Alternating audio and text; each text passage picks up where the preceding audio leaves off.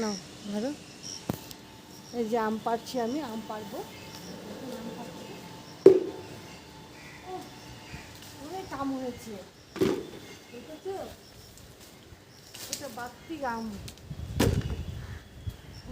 এটা একদম গোটা শুদ্ধ পারবো।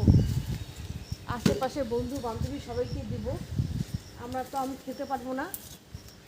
তো তিনটে চার, একটা দুটা তিনটা চারটা পাঁচটা ছয়টা গাছে, মানে হচ্ছে কলমের গাছ, এছাড়াও এমনি গাছে প্রচুর আম হয়েছে।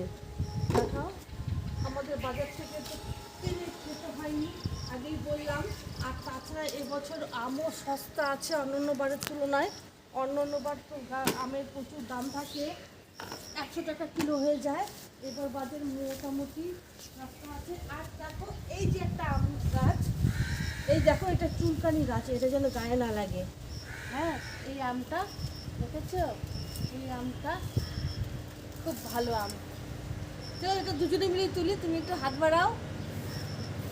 হ্যাঁ, হাতটা ধরো একটু, দুজনে মিলে তুলি, দুজনে মিলে আম তুলছি, দুজনে মিলে আম তুলছি। আচ্ছা, চলো আমটা ছিঁড়ছি ওটা শুদ্ধ করে। এটা একটা স্পেশাল আম, এটা কলমের গাছ। হ্যাঁ, চলো এটা ছবিটা তুলবো। ও এখানে একটা পড়ে গেছে নাকি, এখানে একটা আম হয়েছে। চলো, আর কি আরও পারবো কিছু?